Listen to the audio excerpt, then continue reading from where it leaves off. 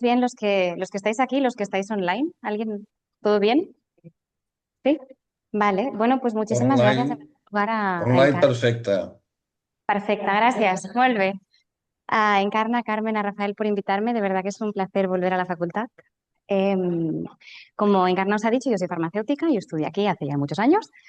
Hice el doctorado con Diego en química farmacéutica y después estuve un tiempo en el Reino Unido, hice un postdoc en química médica. Y ya a partir de allí hice un pequeño cambio en mi carrera profesional y me dediqué al mundo de lo que os voy a hablar hoy, que en inglés se llama Health Economics and Outcomes Research.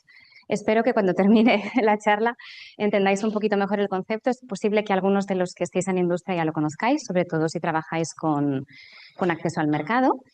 Y me gustaría empezar la charla con una pregunta. Me gustaría que alguien me dijera cuánto creéis que vale un año de vida. ¿Cuántos euros vale alargar la vida de una persona? ¿Cuánto pagaríais por alargar un año de vida?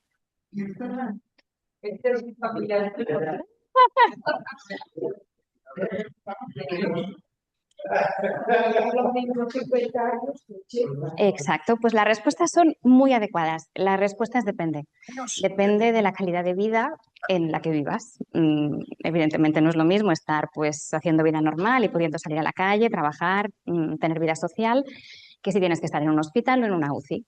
Y además depende también de otro factor, que esto creo que no lo ha mencionado nadie, que es depende del país. El precio de un año de vida cambia en función del país en el que se viva, y esto es muy duro, pero es así. Depende del poder adquisitivo del país. Y en realidad, durante la charla de hoy, vamos a hablar bastante del concepto de años de vida, porque es un concepto que se utiliza muchísimo precisamente para cuantificar el valor de los medicamentos. Me podéis interrumpir cuando queráis, no hay problema. No veo a los que estáis online, así que simplemente pues habláis y me decís. Hoy me gustaría hablaros, ya lo he comentado, del concepto de valor, del valor asociado a un medicamento, cómo se cuantifica, qué factores se tienen en cuenta. ¿Qué herramientas tenemos para cuantificar este valor? En concreto, voy a hablar un ratito largo del concepto de evidencia de vida real, que en inglés se llama Real World Evidence, y de cómo se integran todas estas herramientas para acabar generando una estrategia de generación de evidencia que acompañe a un producto a lo largo de toda su vida, desde que se empieza el desarrollo clínico, incluso desde el I+D, hasta que llega a ser un producto maduro. Entonces, empezamos. ¿Cómo cuantificamos el valor de un medicamento? Hasta aquí yo creo que todos lo conocéis, todo el mundo está absolutamente familiarizado con lo que son outcomes o valores clínicos, como son la eficacia y la seguridad. Esto es esencial, va a seguir siendo esencial y va a seguir siendo la base de cualquier medicamento que llegue a un paciente. Si un paciente no es eficaz y no es seguro, no debería llegar a un paciente. Pero hay muchos otros componentes, aparte de estos valores de este outcome clínico. Tenemos hemos hablado de eficacia. Y fijaros que ahora ha aparecido una nueva palabra que es efectividad. La efectividad es lo mismo que la eficacia, la diferencia es que la eficacia se mide en un entorno controlado de un ensayo clínico, la efectividad se mide en vida real. Cuando un medicamento pasa a estar en el mercado, se da a una población más heterogénea durante más tiempo, en combinación con otros tratamientos, con otras comorbilidades que a lo mejor en el ensayo clínico pues, no aparecían. Con lo cual hay una diferencia significativa entre la eficacia y la efectividad. Y luego tenemos outcomes económicos, que son los que principalmente le importan al pagador. Os hablaré de la figura del pagador un ratito. Y por último, los outcomes de tipo humanístico, que son aquellos que realmente valora el paciente o el cuidador. Es decir, cómo afecta un tratamiento, una enfermedad, a la calidad de vida del paciente. Porque como hemos hablado antes, no es lo mismo ganar un año de vida en una calidad de vida perfecta que en una calidad de vida pues, que no lo sea. Entonces, ¿por qué necesitamos tantas herramientas para cuantificar el valor de los medicamentos, ¿no? Pues porque hay muchos decisores, es decir, desde que un medicamento se empieza a desarrollar hasta que llega al paciente, tiene que pasar por un regulador, tiene que pasar por esta figura del pagador de la que hablaremos un poquito más enseguida, tiene que pasar por un prescriptor y luego tiene que tomarle al paciente. Y a cada uno de estos decisores le importan diferentes factores. Al regulador, evidentemente, lo que más le va a importar es la eficacia y la seguridad, pero a un pagador, pues la eficacia y la seguridad es como que lo va a dar por hecho, porque lo que está en el mercado ya es eficaz y seguro, porque es mejor algo que sale nuevo, porque tengo que pagar más por algo que entra nuevo en el mercado. A los prescriptores también en general les interesa no tanto la eficacia como la efectividad, es decir, que el paciente luego vaya a seguir tomando el tratamiento y se vaya a adherir porque no le cause, no sea poco tolerable, por ejemplo. Y al paciente lo que más le va a afectar es cómo le afecte a su vida, a su día a día, a su calidad de vida. Al final, los endpoints clínicos también interesan, sobre todo en determinadas patologías, pero el impacto en la calidad de vida es uno de los factores que más afecta al paciente. Entonces, vamos a hablar un poquito de los pagadores, del concepto de pagador. ¿Qué es un pagador? La mayoría de países tienen un principal pagador que es el responsable del presupuesto del sistema sanitario, que además esto puede estar compartimentado en diferentes regiones, como pasa, por ejemplo, en España. Estados Unidos sería una excepción porque Estados Unidos tiene muchos pagadores distintos. Tiene un sistema sanitario más o menos público, que es el que fundó Obama en su momento, que tiene dos ramas, Medicare y Medicaid. Una es para personas de más de 65 años y la otra es para personas sin hogar. El resto son aseguradoras privadas y cada aseguradora toma sus propias decisiones. Luego hay distribuidoras, farmacéuticas, empleadores, es decir, hay muchos pagadores, pero el resto de países tienen un pagador principal, que suele ser el responsable de un sistema sanitario que puede ser público o puede ser privado financiado por impuestos en función del país. Entonces, esta figura del pagador al final es alguien que tiene que decidir si va a reembolsar un nuevo medicamento a costa de dejar de reembolsar algo más, porque al final hay recursos limitados. Por eso hace falta hablar de dinero en sanidad, porque existe un coste de oportunidad. Y más desde los últimos años, que se ha alargado muchísimo la esperanza de vida. Hay muchísimos pacientes crónicos, la innovación es carísima, los medicamentos que se aprueban son cada vez más caros, los tratamientos oncológicos son carísimos y la presión financiera a nivel de los sistemas sanitarios cada vez es más alta, con más control de deuda pública, etcétera. Entonces, la situación que se da es que cuando una empresa farmacéutica llega a hablar con uno de estos pagadores y viene con los ensayos clínicos que le han dado la autorización para comercializar, en general lo que son, pues son ensayos clínicos aleatorizados frente a placebo. Entonces cuando llegas al pagador dice, bueno, pues que yo a mis pacientes no los tengo con placebo. Yo los estoy tratando con un comparador activo que no es un placebo. Están tratados con una mezcla de muchos tratamientos, por ejemplo. Y entonces es cuando empiezas a necesitar esta evidencia adicional que no viene directa del ensayo clínico. Entonces, ya lo he comentado, existe un coste de oportunidad que está asociado al hecho de financiar un nuevo tratamiento o una nueva indicación para un tratamiento que ya existe. Entonces, os voy a explicar la historia del NICE. El NICE es una de las primeras agencias que se estableció como tal para hacer evaluación de medicamentos. Evaluación coste económica, coste efectiva de medicamentos. Es decir, vamos a decidir a partir de ahora si se creó para garantizar que el acceso a los medicamentos en Inglaterra fuera homogéneo, que no hubiera regiones en las que se pudiera acceder y otras en las que no. De manera que lo que el NICE recomendara estuviera financiado para todas las regiones y para todos los councils que hay dentro de Inglaterra. Solamente aplica a Inglaterra. Aun así es una HTA, se llaman Health Technology Assessment. Son agencias que se dedican a hacer, existen en muchísimos países, y son agencias que se dedican a hacer evaluaciones de coste-efectividad. Suelen estar asociadas al Ministerio de Sanidad de los países y recomiendan o no el reembolso de los medicamentos. El NICE se creó en 1999 y hizo la primera evaluación, que fue de un fármaco que se llama Relenza, que en el primer momento decidió no financiar, porque cuando se hizo un análisis de coste-efectividad se vio que no era coste-efectivo, que era eficaz, que era seguro, pero que no era coste-efectivo. Y en ese momento hubo pues un antes y un después en lo que se financiaba. Hasta ese momento se financiaba todo lo que se aprobaba prácticamente. Y en ese momento dejó de ser así y empezó a ser necesaria esta evidencia que va más allá de la seguridad y de la eficacia.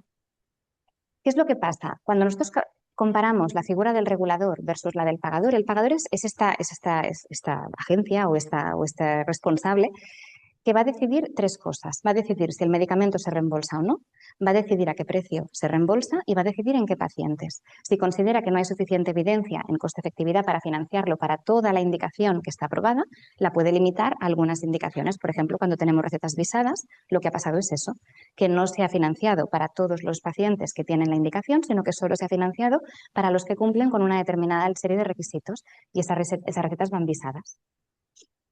Entonces, como veis, es pequeñito, pero veis aquí a la derecha se compara el tipo de evidencia que interesa a las agencias reguladoras y la que interesa a estas agencias HTAs que hay pues, por el mundo. Y veis que es muy diferente, tanto a nivel de población como de comparador, como de los endpoints que se utilizan, al tipo de diseño de estudio, etcétera.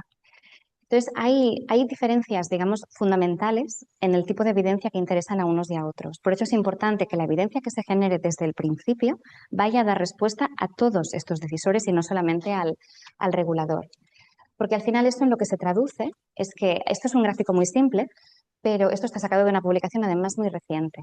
Vemos en la parte de la izquierda, vemos toda la inversión que se hace para llevar un medicamento al mercado. Ya sabemos pues, que toda la parte de desarrollo es una parte de inversión. Luego se hace, evidentemente, pues un estudio, muchos estudios, para ver cuál va a ser el retorno de esta inversión en base a las ventas que se espera. Si por algún motivo las condiciones de precio que se consiguen no son las óptimas que se habían planteado, pues puede ser que el retorno de la inversión no sea suficiente. Con lo cual, realmente hay que plantear, como ya os he dicho, una estrategia de generación de evidencia que dé respuesta no solamente al regulador, sino también a los pagadores y más allá también a los pacientes. Vale, entonces, ¿qué herramientas tenemos? Pues bueno, digamos, la función dentro de la industria farmacéutica, que ahora ya hace años que existe, se conoce con el nombre de Health Economics y Outcomes Research, que en castellano yo creo que sería como farmacoeconomía y búsqueda de resultados en salud. La parte de Real World Evidence, que es esta coletilla como que le cuelga, es un tipo de Outcomes Research que se basa en el uso de datos de paciente. La diferencia es que necesitas dato paciente a paciente para que se considere Real World Evidence o estudio observacional. Y es una parte de los Outcomes Research que ha ganado muchísima relevancia en los últimos años, sobre todo porque se han desarrollado técnicas de análisis muy buenas que permiten establecer relaciones causales con mucha certidumbre y por el hecho de que cada vez hay más datos y más herramientas de gestión de estos datos que están disponibles para analizar. Sí, por favor. Es que no quería apartar. ¿No? He visto que tienes una comparación de países. Sí. Cuéntanos un poco más de lo que quiero decir. Mira, en cada país hay un criterio para decidir el reembolso. Por ejemplo, tengo después una diapositiva que si quieres la vemos más en detalle. Lo vemos ahora en un segundo, porque creo que es la siguiente que tengo las diferentes agencias y así lo vemos más en detalle. Pero es muy buena pregunta. Entonces, hay tres grandes tipos de proyectos, los de Health Economics, Outcomes Research, como ya hemos dicho, y los de evidencia basada en vida real. Y lo que hacemos es integrar estos tres tipos de proyectos y cada vez más desarrollarlos lo antes posible. O sea, cuando se están empezando las fases 2, ya tenemos que tener esto más o menos preparado porque en base a la eficacia podremos establecer el precio después. Con lo cual, desde el momento en el que tienes datos de eficacia ya se pueden empezar a hacer este tipo de análisis. Entonces, empezamos por los modelos económicos. ¿Y por qué tenemos que hablar de modelos económicos? Pues porque aquí tenemos lo que consideran algunas de las agencias más relevantes que hay en el mundo. Por ejemplo, en el Reino Unido, que en realidad no es el Reino, bueno, sí que es el Reino Unido, pero el NICE es en concreto Inglaterra. Luego hay otras dos agencias que se parecen muchísimo al NICE, para Escocia y Gales, que los criterios son muy, muy parecidos. Se basa en el coste-efectividad. Hablaremos ahora en un momento de qué es el coste-efectividad y cómo se mide el coste-efectividad de un tratamiento y veréis por qué os he preguntado lo de los años de vida, porque va muy ligado a los años de vida. Alemania, por ejemplo, no tiene criterio de coste-efectividad. Alemania lo que determina es si un medicamento que llega al mercado produce un beneficio clínico mejor al que ya tiene, entonces durante unos meses lo sigue y recoge datos en vida real.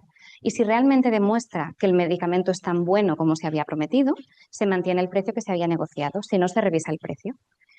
Pero se basa estrictamente en criterio clínico. En Francia tenemos el HAS, que el HAS se basa en dos tipos de modelos, que son los dos que hablaremos ahora, porque como veis son los que más se repiten. Uno es el coste-efectividad y el otro es el impacto presupuestario. El impacto presupuestario es cuánto me va a costar financiar esto, básicamente. No mira la efectividad asociada, es cuánto me va a costar. En España, tradicionalmente se ha basado en el impacto presupuestario y de hecho Italia también. Están empezando ahora a considerar el coste-efectividad, que veréis que tiene mucho sentido porque si solo se considera, ahora cuando veáis los ejemplos, si yo solo considero el coste asociado a un paciente, lo más barato siempre va a ser que el paciente se muera. Con lo cual, tiene que haber, es decir, que me sale gratis, pero ¿qué gano? ¿No? Tiene que haber un coste-efectividad, por eso el concepto de coste-efectividad y no solamente el mirar estrictamente los costes. En Canadá hay una agencia que es el CAT, que también considera coste-efectividad. De hecho, los criterios son muy parecidos, igual que en Australia, son muy parecidos a los del Reino Unido. En Japón es coste-efectividad y impacto presupuestario. En China y en el resto de países asiáticos, a pesar de que las guías empiezan a hablar de coste-efectividad, sobre todo lo rige el impacto presupuestario. Y en Brasil, que está el CONITEC, sí que principalmente se guía por coste-efectividad, pero si es un tratamiento de muy alto impacto, también, pues, bueno, al final, por mucha efectividad que se gane, si no lo voy a poder pagar porque no tengo recursos, pues también, al final, Brasil es un país enorme. Y en Estados Unidos es como una excepción a todo, porque todo cuenta. O sea, hay tantos pagadores diferentes. Cuando hablas con aseguradoras, sobre todo miran, pues ellos tienen como unos índices para ver si el tratamiento, para ver si los hospitales lo están haciendo bien, ¿no? ¿Cuántos pacientes vuelven a ser hospitalizados al cabo de tantos días después del alta? ¿Cuántos pacientes tienen que acabar en la UCI? ¿Cuántos pacientes mueren? Entonces, tienen estos indicadores y miden mucho estos indicadores. No hay una única solución. O sea, Estados Unidos es muy complejo. Carmen.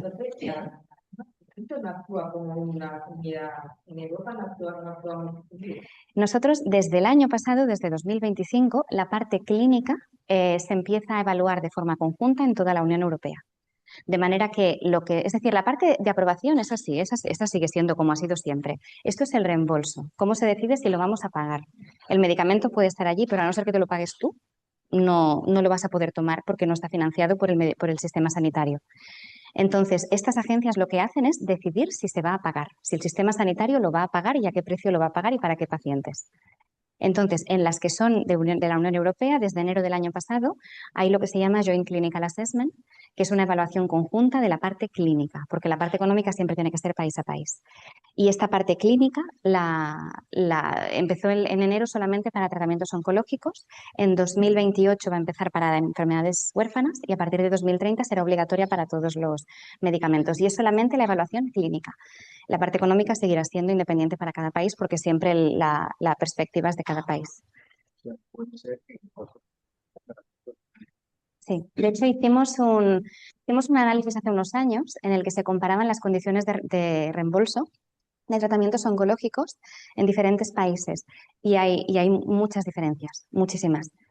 Es de lo que está financiado aquí respecto a lo que está financiado en otros países. De hecho, lo publicamos, fue un estudio hecho con el CatSalut y también difiere, sí, porque aquí está regionalizado, como en muchos países, ¿eh? En Suecia, por ejemplo, también está regionalizado. Hay muchos países que tienen regiones y que una vez superado el acceso nacional, tienes que pasar el acceso regional. Sí, es así.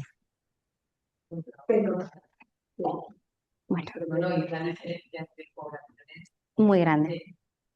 Sí. Bueno, porque puede justificarlo diciendo que hay más distintos. Porque de hecho no tendría que. No. Pues eso, pero el precio también el precio también es distinto en cada país. Los precios también son diferentes. Sí. Pero estos son normas que han venido impuestas, ¿eh? No es, o sea, cada país ha puesto las suyas. Esto no. Vale, entonces quería comentaros básicamente dos tipos de modelos porque son los que más se utilizan para la toma de decisiones a nivel de pagador. El modelo de impacto presupuestario es un modelo que lo que hace es calcular cuánto nos va a costar financiar un nuevo tratamiento.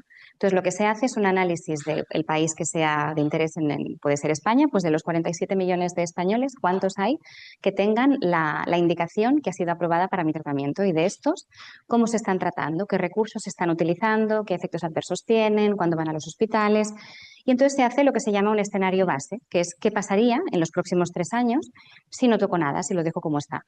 Y luego se hace un escenario alternativo en el que se mira qué pasaría estos 3 años con el nuevo medicamento incorporado. Y ese medicamento pues tendrá un coste distinto a los que ya hay, tendrá un uso de recursos asociado diferente, a lo mejor tiene menos efectos adversos, etcétera. Y entonces comparando los costes de estos dos escenarios, se determina cuál es el coste asociado a financiar esta nueva indicación. En el caso de España o de Italia, son de los modelos que más se utilizan.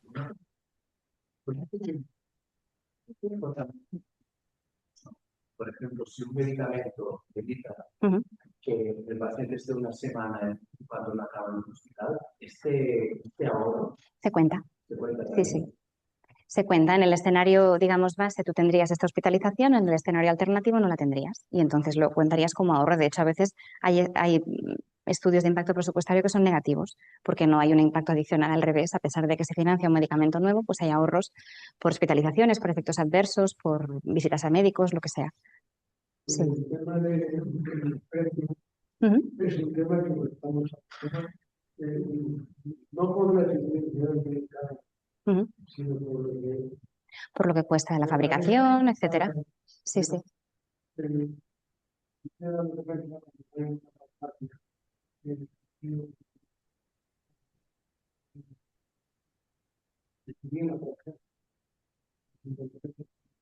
y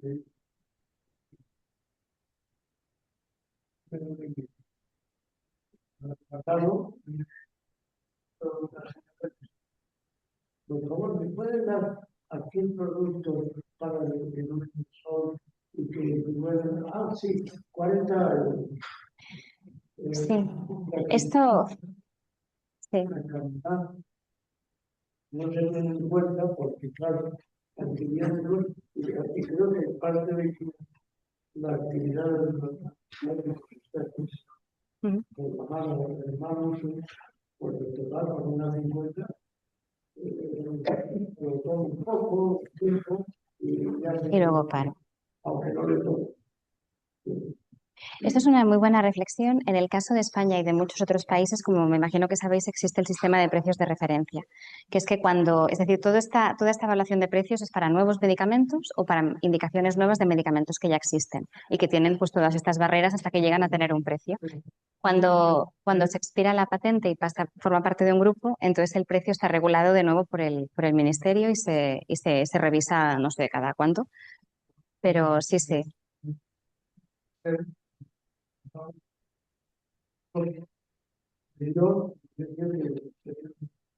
Eso es totalmente cierto. Si ves una fábrica Sí, sí. que no se puede ser que nada lo que ahí para lo que No, no, eso estoy totalmente de acuerdo. No por eso mucha gente le está a mí que son más laxos. Y a nivel precio no hay toda esta regulación. Sí. Pero esto es el problema de los precios de referencia, que al final es un precio que marca el Estado para financiarlo y lo marca para todos los... Sí, sí, por debajo del precio de los... Sí, sí, es así. Bueno, esto es un ejemplo así como muy visual de cómo se haría un impacto presupuestario, ¿no? En la parte de la izquierda es cómo estaría la distribución, por ejemplo, en este caso es un tratamiento que se puede dar por vía subcutánea o intravenosa. En la izquierda sería el escenario sin el nuevo medicamento y aquí a la derecha tenéis el escenario con el nuevo medicamento que hace que cambie un poquito la distribución de uso. Entonces aquí en esta parte de aquí veis, esto sería el escenario sin el tratamiento, que como decíamos, pues tú identificas todos los pacientes que tienen esa indicación concreta, cómo se están tratando, qué uso de recursos tienen, por ejemplo, hospitalizaciones, visitas a médicos, etcétera, los costes asociados y luego lo mismo, pero incorporando el nuevo tratamiento. Entonces la diferencia sería el impacto presupuestario que representaría para el país. Y ahora vamos al coste-efectividad. El coste-efectividad es un poquito más complejo porque va más allá de los costes. Básicamente lo que se calcula es el coste adicional que repercutiría el conseguir una unidad de efectividad adicional. ¿Y eso qué es? ¿Cuánto nos costaría, por ejemplo, ahorrar un infarto de miocardio? ¿O cuánto nos costaría ahorrar una hospitalización? ¿O cuánto nos costaría ganar un año de vida de un paciente? O la medida que más se utiliza, que es cuánto nos costaría ganar un año de vida ajustado por la calidad de vida. En castellano esto se llama ABAC y en inglés se llama QALY. Y esta es la medida que más se utiliza para decidir si se financia un medicamento o no. Con lo cual no solamente tiene en cuenta que haya un coste adicional, porque al final lo normal es que haya un coste adicional, porque ha habido una I+D detrás, ha habido un desarrollo clínico, es un medicamento que debería ser mejor que lo que ya se está financiando, lo normal es que sea más caro. Y entonces se mide si realmente sale a cuenta pagarlo en base a la efectividad que se gana y se tienen en cuenta no solamente los costes, sino también la efectividad. El tema este de los QALYs o los años de vida ajustados por calidad de vida lo que hacen es contar los años, lo que permiten es utilizar la misma vara de medida para cualquier indicación, porque siempre es la misma unidad de efectividad, si no utilizaríamos unidades de efectividad cada vez diferentes. Entonces, vale. ¿Hay alguna pregunta? Vale. La forma de calcularlo es como muy sencilla. Las utilidades lo que hacen es medir la calidad de vida de una persona entre 0 y 1. 0 sería que el paciente está muerto, 1 sería una calidad de vida perfecta. Lo que se hace es multiplicar estos años de vida que se ganan por una calidad de vida que va de 0 a 1. hay muchísimos estudios y, aunque parezca mentira, realmente es un campo de investigación enorme de cómo se calculan estas utilidades, de cómo se calculan las utilidades de un paciente cirrótico en la línea de tratamiento que sea, de un paciente oncológico en la línea. Entonces hay muchísima investigación que se hace con la otra parte de los proyectos de los que ahora os hablaré, que necesitas datos de los pacientes, que necesitas que los pacientes te digan qué es importante para ellos para poder así ajustarlo a una calidad de vida. Y esto es lo que realmente acaba haciendo que se financien medicamentos nuevos en muchísimos de los países, que este valor esté por debajo de su disponibilidad a pagar. Entonces, la disponibilidad a pagar es algo que no es súper transparente, en algunos países más que en otros. En el Reino Unido, por ejemplo, un año de vida en calidad de vida perfecta se considera que este año de vida adicional que se gana debería costar entre 20.000 y 30.000 libras. Aquí en España serían 35.000 euros. En Italia también serían unos 35.000 euros. En Estados Unidos el rango es alrededor de los 150.000 dólares. Y en los países en los que no hay un rango establecido, se utiliza el PIB del país. El PIB por cápita sería lo mínimo para ser coste efectivo. Si además, si llega a ser mejor, 3 veces el PIB por cápita sería que es coste efectivo. Si es inferior a una vez el PIB por cápita, entonces se considera que es muy coste efectivo. Y así es como se determinan lo que vale. Por eso os digo que va muy asociado al poder adquisitivo que tiene el país, porque está directamente relacionado. Este es un ejemplo. La mayoría, para hacer este tipo de estudios, se utilizan modelos económicos. No entraré muy al detalle. Este es uno relativamente sencillo, que se utiliza mucho en oncología, que tiene 3 estados de salud, digamos. Lo que tú miras es, en este caso están comparando el coste efectividad de pembrolizumab en comparación con quimioterapia tradicional. Y aquí lo que se mira es si el paciente, qué proporción de pacientes están en supervivencia libre de progresión, cuáles están en progresión y cuántos han muerto. Y se compara cómo esta distribución de pacientes en estos 3 estados de salud cambia cuando están tratados con un tratamiento o con el otro. Cada uno de estos estados de salud tendrá un coste asociado y una calidad de vida asociada. Al final del modelo, de que puedes correr el modelo durante toda la vida del paciente, cuentas cuántos años de vida ha ganado, a qué calidad de vida y cuánto ha costado. Entonces, si no se superan estos límites de disponibilidad a pagar, el medicamento se consideraría coste efectivo. En este caso es un modelo hecho para Estados Unidos y salió que el ratio coste-efectividad incremental, que es lo que se calcula, sería 130.000 dólares, con lo cual estaría justo en el límite para ser coste efectivo en Estados Unidos. También los costes en Estados Unidos también todos son más caros, o sea, los medicamentos también son más caros, el uso de recursos es mucho más caro, entonces también está asociado al nivel de vida del país. Vale, y ahora dejamos la parte más económica, que también es quizá un poco la más lejana de todo lo que es el desarrollo clínico tradicional, y pasamos a las otras herramientas que tenemos y que son también muy necesarias para convencer, ¿no?, a estos pagadores. Dentro de los Outcomes Research hay un tipo de análisis que se utiliza muchísimo, que es la comparación indirecta o Network Meta-análisis. Este tipo de análisis lo que permite es, si nosotros tenemos un ensayo clínico. Hemos dicho que muchos ensayos clínicos se hacen frente placebo, pero que cuando llegas al pagador dicen, no, es que yo a los pacientes no los tengo tratados con placebo.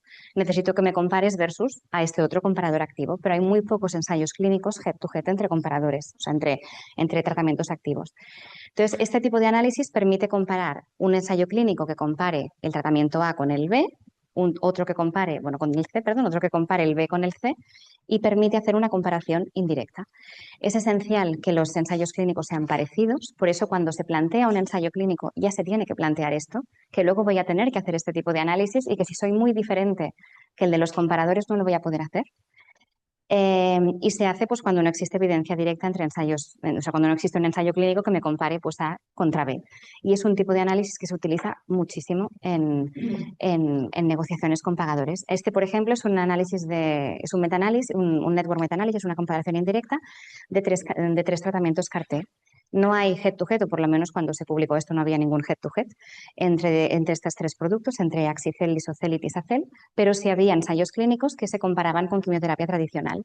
Y entonces lo que se hace, esta estructura sí que es muy típica de los network metaanálisis, Esto a veces se presenta así, como hazard ratio, como odds ratio, comparando los diferentes tratamientos, y a veces se hace exactamente lo mismo, pero se representa con un forest plot que es un poquito más visual que este caso. Pero lo que se ve básicamente es en la parte de arriba, se ve pues, lo que viene del ensayo clínico, como cada uno de los tratamientos se comparó a quimioterapia tradicional, y aquí los resultados del metaanálisis en los que se comparan las terapias entre ellas. Y esto es algo que ya os digo, se utiliza bastante para negociar el precio con las HTAs. Vale, y luego vamos a la parte de Real World Evidence. Esta parte, que también conocemos como estudios observacionales, es algo que ha aumentado muchísimo en los últimos años, sobre todo por la disponibilidad de herramientas analíticas y por la disponibilidad de datos. Vamos a diferenciar primero entre dato y evidencia. El dato, pues es eso, el dato es lo que está en la historia clínica del paciente. La evidencia es cuando conseguimos transformarlo en una asociación causal, por ejemplo, pues la exposición a un determinado tratamiento aumenta el riesgo de lo que sea, de un infarto de miocardio, de lo que sea. Entonces, los métodos que consiguen pasar de dato a evidencia es donde se ha hecho mucho trabajo para no introducir sesgos, sobre todo, para que la selección de pacientes se haga correcta, para que realmente cuando se establece este tipo de relación causal sea real y no sea debido a algún factor confusor, etcétera. Esto se ha hecho mucho trabajo en técnicas de análisis que permitan pasar de dato a evidencia con rigurosidad. Vale. Entonces, la evolución a lo largo de los años, pues básicamente si miramos hacia atrás antes del 2010, sobre todo se hacían estudios observacionales en los que tú ibas a recoger el dato del paciente para poder ver pues, lo que quisieras, para ver efectos adversos. Muchos de ellos eran postautorización, que se tenían que hacer por mandato de la EMA o de la agencia regulatoria que fuera. A partir del 2010 empezaron a existir datos ya digitalizados a los que se podía acceder, sobre todo en Estados Unidos, porque la ley de protección de datos es más laxa que la que tenemos en Europa. Y esto bueno, hizo que aumentara muchísimo la investigación utilizando utilizando datos de vida real. Y entre el 2016 y el 2020 fue cuando tanto la EMA como la FDA establecieron un uso de estos datos, cómo debían utilizarse cuando se utilizaran para interaccionar con estos reguladores. En los últimos años, lo que ha hecho que se expanda todavía más es el uso de la inteligencia artificial. En este tipo de estudios, la inteligencia artificial se usa de dos maneras principales. Una es para hacer análisis de los datos, sobre todo utilizando machine learning, es decir, buscas asociaciones causales en las que tú básicamente no le dices nada a la herramienta, sino que la herramienta las busca solas, más o menos. Se utiliza también para extraer datos que no están estructurados. Dentro de la historia clínica de un paciente hay datos que ya están codificados, pues como un ICD-10, como un tratamiento, como un código ATC, están ya estructurados y esto se puede analizar.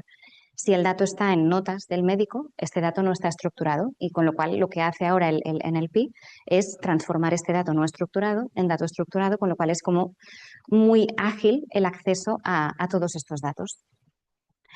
¿Para qué se ha utilizado tradicionalmente y para qué se utiliza cada vez más los datos de vida real? Tradicionalmente se utilizaba para estudios epidemiológicos, ¿no? Pues ver si la exposición al tabaco aumenta el riesgo de cáncer de pulmón, para estudios de salud pública, para estudios de farmacovigilancia. La base de los estudios de Real World Evidence es la farmacovigilancia.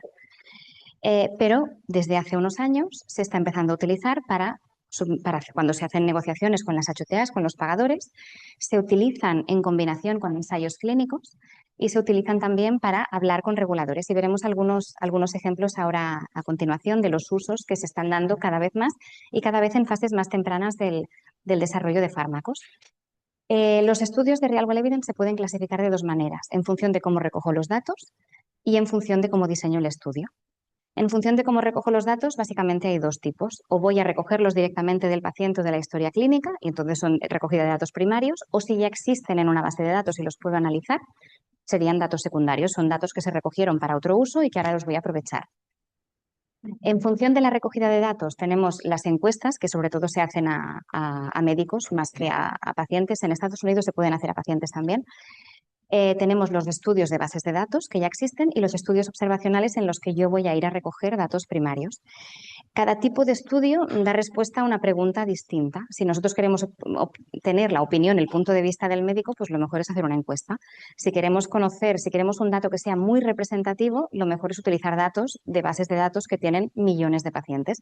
Si me interesa mucho un efecto adverso o quiero ver un outcome del paciente como una calidad de vida, tendré que ir a recoger el dato primario en un estudio observacional.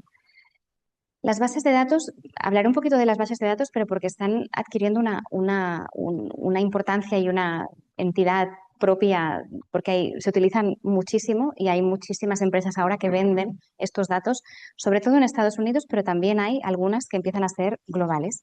Existen dos tipos de bases de datos. Las de la derecha, esto que se llama EHR, son son las historias clínicas electrónicas de los pacientes.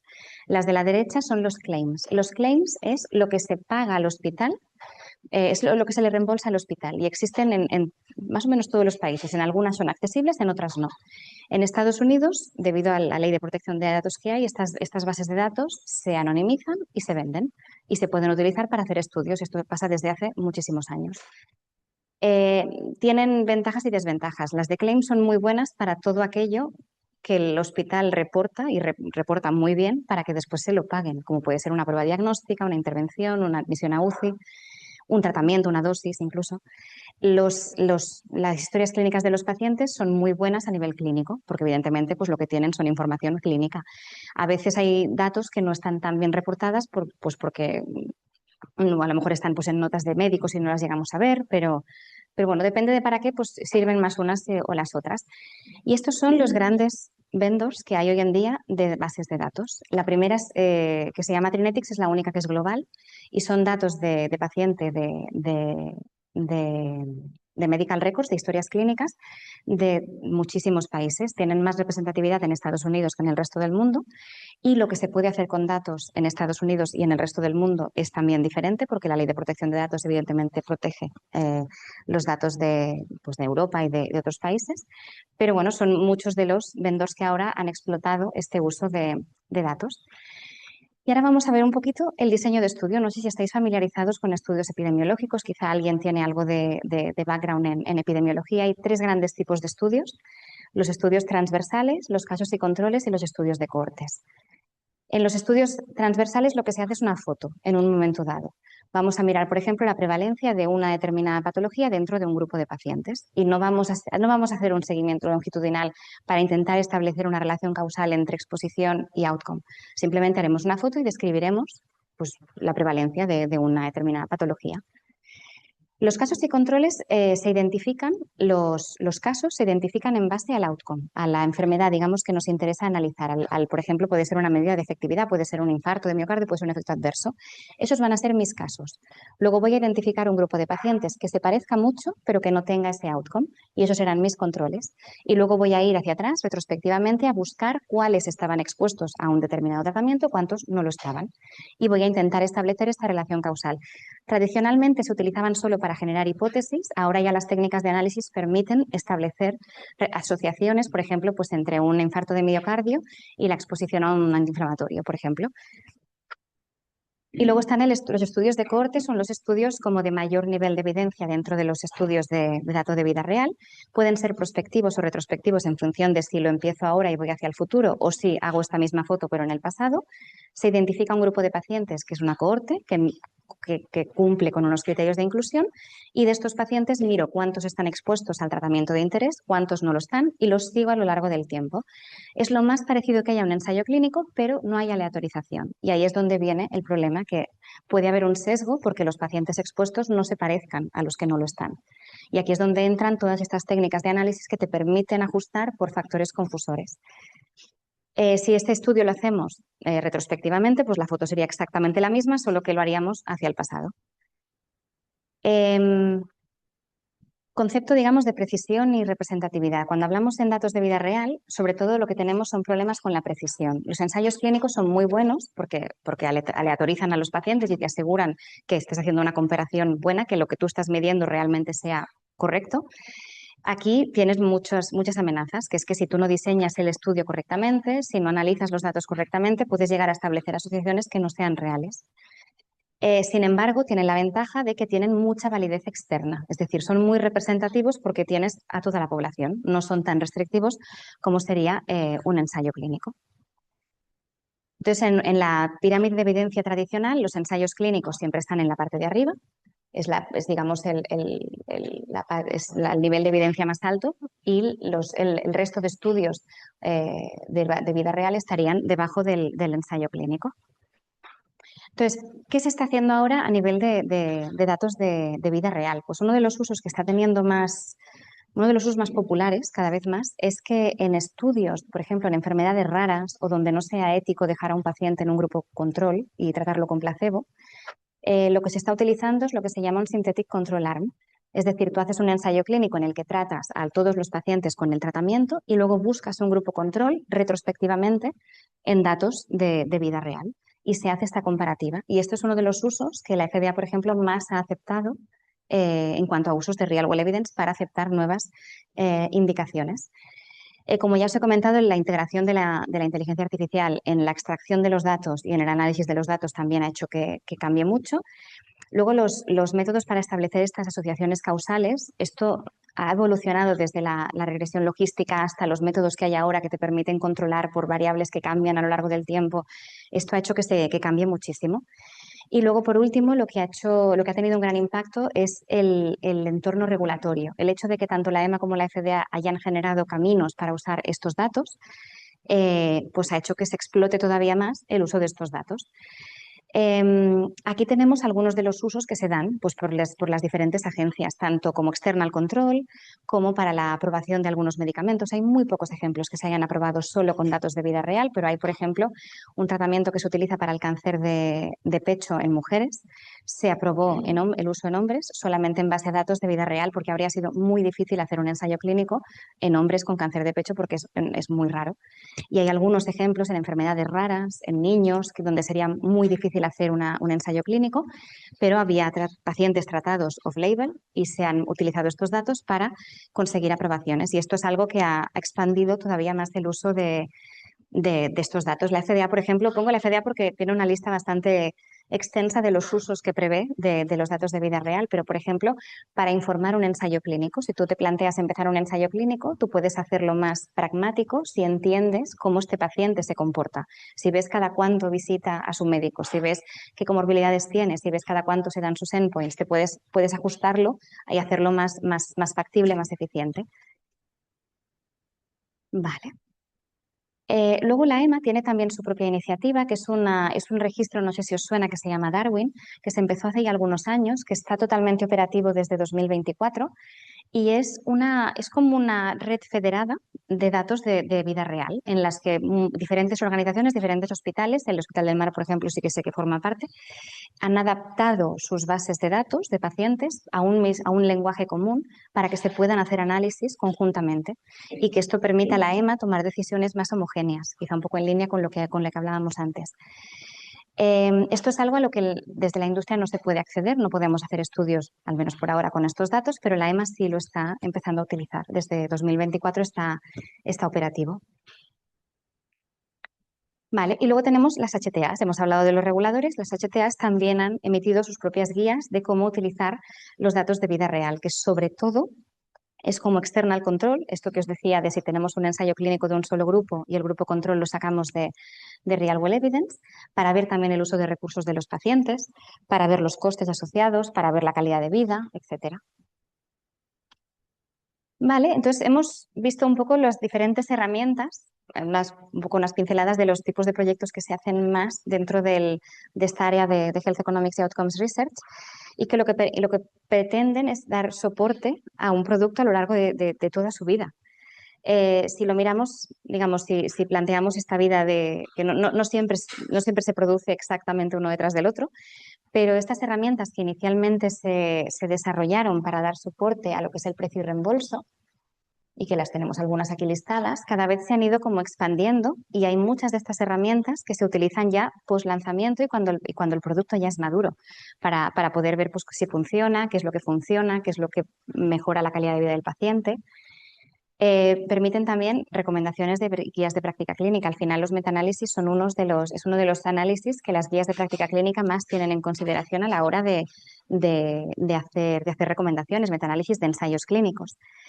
Y por último, lo que se ha adoptado más al final y más recientemente es la incorporación de estas herramientas desde el principio, desde que se empieza el desarrollo clínico, para ver a qué precio se puede llegar, para cuantificar la población a la que puede llegar, para entender dónde está la necesidad no cubierta, qué tipo de pacientes pues, tiene peores outcomes, qué tipo de pacientes realmente muere antes y hay que priorizar estos dentro de un ensayo clínico. Esto es algo que se está empezando a hacer ahora gracias a la disponibilidad de datos.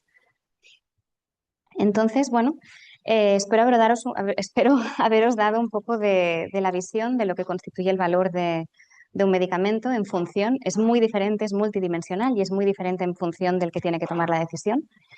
Una aprobación clínica no quiere decir que el medicamento haya accedido al mercado, simplemente está disponible, pero hay muchos otros decisores detrás del regulador. La estrategia de generación de evidencia tiene que empezar al principio del desarrollo clínico y tiene que ir de la mano del desarrollo clínico. Y tiene que ser un poco integral, integrando todos los componentes en los ensayos clínicos y todas estas otras herramientas que se tienen que ir desarrollando en paralelo. Los métodos son esenciales, sobre todo en este tipo de análisis en los que no hay, pues en un ensayo clínico, si está bien diseñado, la aleatorización está bien hecha, es la herramienta más robusta que tenemos para medir eficacia y seguridad, por ejemplo. Aquí pues hay herramientas para medir la incertidumbre y para reducirla. Y tiene que hacerse de forma integrada para conseguir pues, dar respuesta a todos los decisores. Y bueno, pues hasta aquí la charla. Si tenéis alguna pregunta, cualquier duda. Bueno.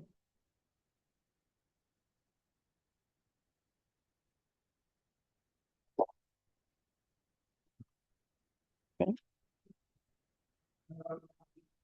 Luego hay una agencia que se encarga de recoger estos datos y la vende. Sí. Lo que pasa es que aquí en Europa yo nunca podré ver un dato paciente a paciente si no firmas un consentimiento. Es decir, la forma que tengo yo de acceder a los datos en Europa es, mira, me gustaría hacer este análisis y yo les planteo un protocolo. Y quien hace el análisis, digamos, sería el responsable de esos datos. Yo nunca los voy a ver. Nunca voy a ver datos paciente a paciente, nunca. No exactamente. Depende de la base de datos. Por ejemplo, aquí en Cataluña, el CIDIAP es una base de datos de atención primaria. Si yo quisiera hacer un análisis de los datos del CIDIAP, tengo que desarrollar un protocolo, decir, me gustaría analizar esto. Y el CIDIAP para este análisis y me pasará los resultados, pero yo nunca voy a ver dato paciente a paciente. La que he enseñado antes de Trinetics, por ejemplo, esa tiene como una plataforma que hace los análisis por ti, pero nunca me voy a descargar una base de datos y voy a ver datos paciente a paciente. Nunca. Por eso se consideran datos federados porque es como que nunca te los acaban de dar. Simplemente están en una nube en la que ya están anonimizados o pseudo... No, están anonimizados los de Europa, están anonimizados. Yo no tendría forma de llegar a saber de quién son. No, no. Pero, claro, esto sigue más o menos la norma del ser. Los estudios observacionales, es muy buena pregunta. Los ensayos clínicos, mira, precisamente hay una nueva tendencia que la había incluido y luego lo he quitado para no, que ya me parecía muy largo, que se llama Target Trial Emulation, que es una nueva tendencia metodológica que lo que haces es, tú diseñas cómo querrías hacer un ensayo clínico en esa población y ese ensayo clínico lo reproduces usando datos de vida real. Como la aleatorización no la puedes hacer, existen diferentes métodos para asegurarte que estás comparando datos que son iguales. Hay dos tipos de modelos que se utilizan muchísimo. Uno es un modelo que lo que hace es permite tratar la exposición al tratamiento como algo variable, porque no tiene por qué ser constante, con lo cual el tiempo de exposición está muy bien ajustado a este tiempo el paciente está expuesto, este no está expuesto, este está expuesto, este no está expuesto, y contar cuando se dan los eventos de interés, cuando está expuesto y cuando no está expuesto. Este tipo de modelo se llama GEE, Generalized Estimating Equation Model, y es relativamente nuevo, esto no existía hace años. Es algo nuevo que permite asegurar que yo a mi paciente lo tengo bien contado, el tiempo que está expuesto y el que no está expuesto. Y luego el otro tipo de modelos que existe, este es un poquito más complejo. Cuando seleccionas pacientes para un estudio, puedes introducir un sesgo de selección. Si yo estoy seleccionando pacientes que, por ejemplo, tienen un test de laboratorio porque se les ha hecho, porque ese paciente ya se veía que iba a tener ese outcome, ahí estoy introduciendo un sesgo de selección. Entonces, hay un tipo de modelo que lo que hace es asignar como un peso a cada perfil de paciente y aquellos pacientes que están menos representados pesan un poquito más. Y con esto consigues ajustar los dos grandes problemas que tienen los estudios observacionales, que son los sesgos de selección y los sesgos por introducción de factores confusores. Entonces, hay otros, hay muchos otros. Yo, de hecho, cada vez que hago un estudio me pongo a leer y pues ahí, ay, mira, pues este que no lo conocía y me permite ajustar, pues me permite no introducir este tipo de sesgo. Y por eso cada vez van ganando más relevancia, porque existen métodos que permiten no introducir el sesgo, que es lo que al final introducimos nosotros, del error sistemático que introducimos nosotros al hacer la investigación. Aún y así, a nivel de ensayo clínico, el ensayo clínico sigue estando por encima de los estudios de vida real. Sí, por supuesto. No. Si yo quiero recoger los datos de un paciente, tengo que escribir un protocolo, tengo que ir al comité ético del hospital, necesito un contrato con el hospital, todo. Y necesito el consentimiento del paciente, todo, todo, todo. Excepto si se utilizan estas bases de datos que ya están anonimizadas, que ya no sé. Si utilizas estas bases de datos, no.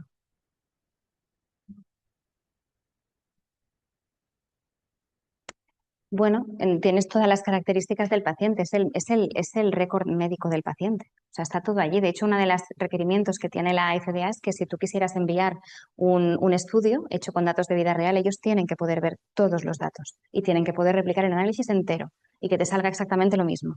Sí, sí. Totalmente, totalmente.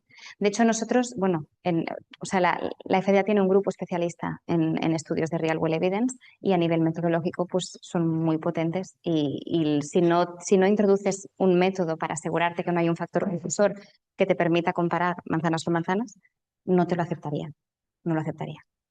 Y de hecho, una de las cosas que todos los reguladores piden es que antes de hacer nada vengas a hablar con nosotros y acordemos los métodos que vas a aplicar para analizar estos datos, antes de tocar nada. Entonces, tú antes de tocar nada, preparas un protocolo, vas a hablar con el regulador y, bueno, discutes de cómo se tienen que analizar los datos y hasta que el regulador no está de acuerdo, no analizas nada.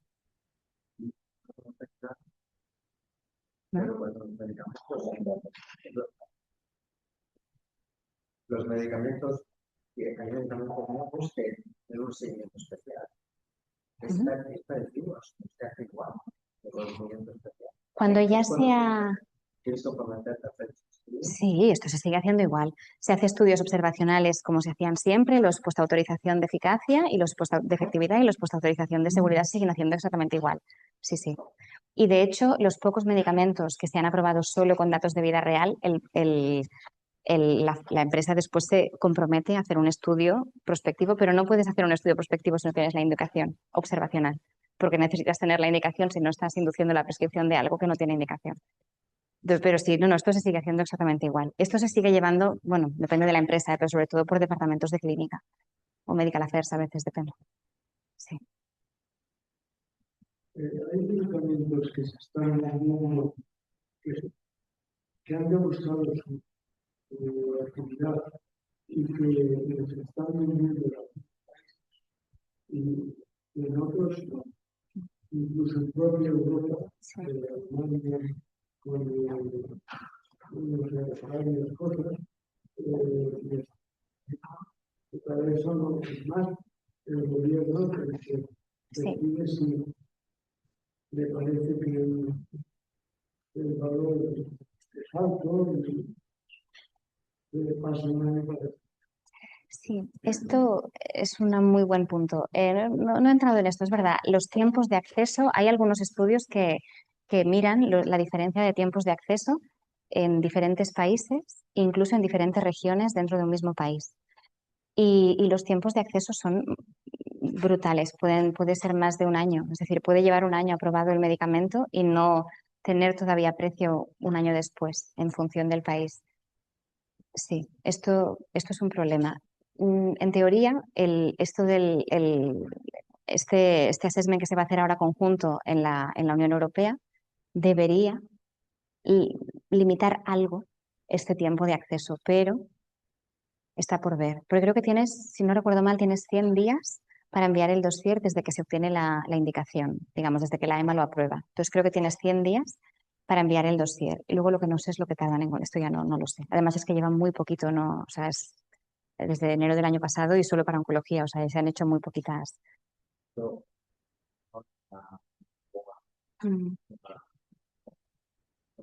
sí. Precisamente porque se están haciendo estudios.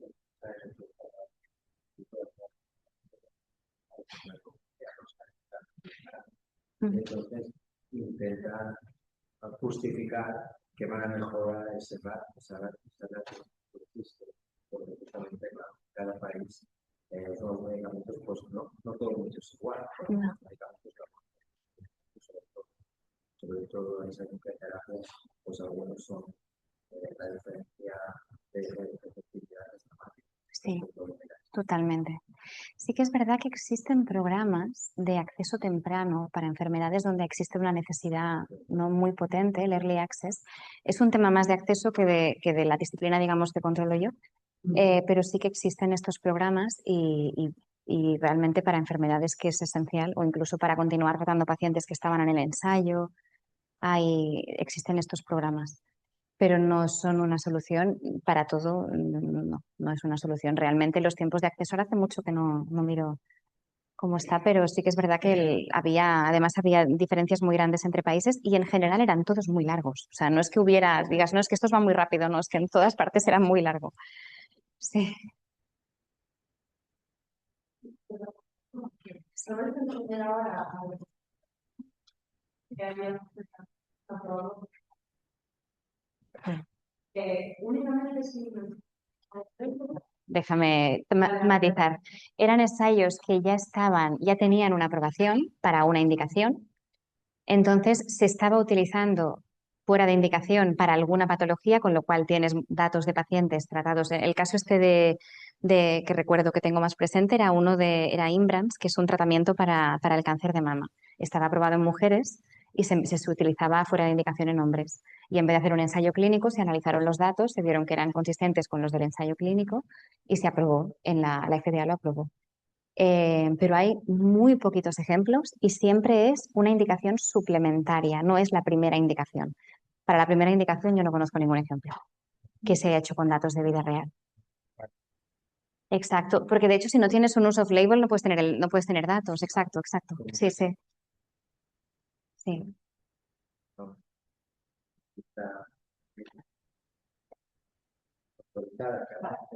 lo general, pues puedes tener estudio.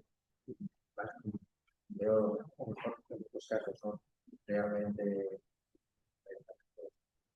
nuevos o que hacemos que realmente no tienen otra alternativa. Sí, los casos que han habido siempre eran pues de oncología. Recuerdo una de la enfermedad neurológica que afectaba a niños, era como una necesidad muy grande.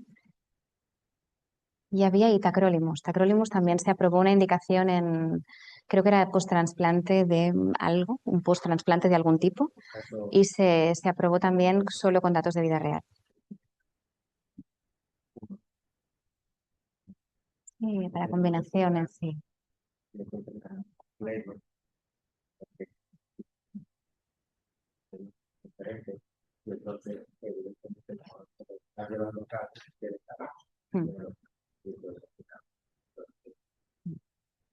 Es difícil, igualmente no es difícil, es difícil. Y hay usos como muy concretos.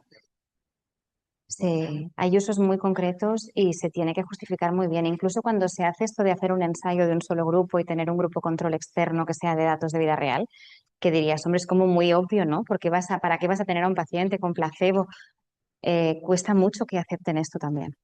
Porque al final todos los sesgos que se introducen en un estudio de vida real, aunque tú tengas un grupo tratado, los introduces igual al seleccionar el grupo control, o sea, tienes todos los mismos problemas igual. Y cuesta mucho, es muy difícil. Es de lo que más ejemplos hay de uso de Real World Evidence para aprobaciones, pero cuesta mucho aún así convencer a las autoridades de que...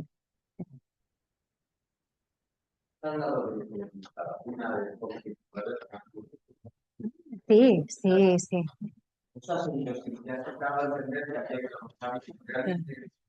Ahora las cosas más rápidas, se ha vuelto atrás y vuelve a ver.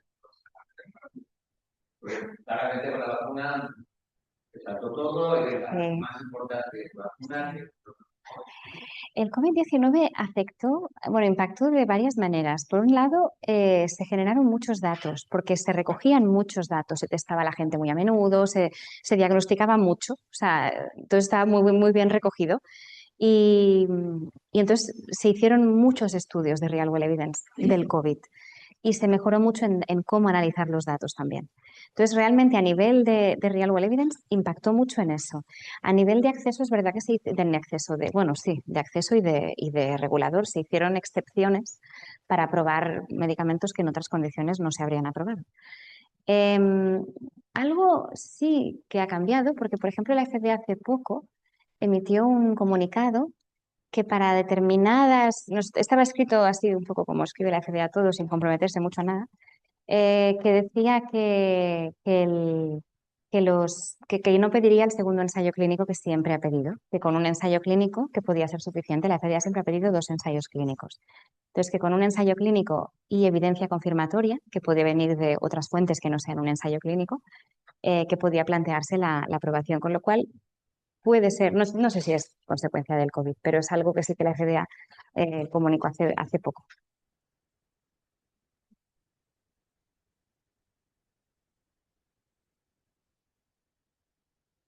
Muchísimas gracias. Nada, vosotros.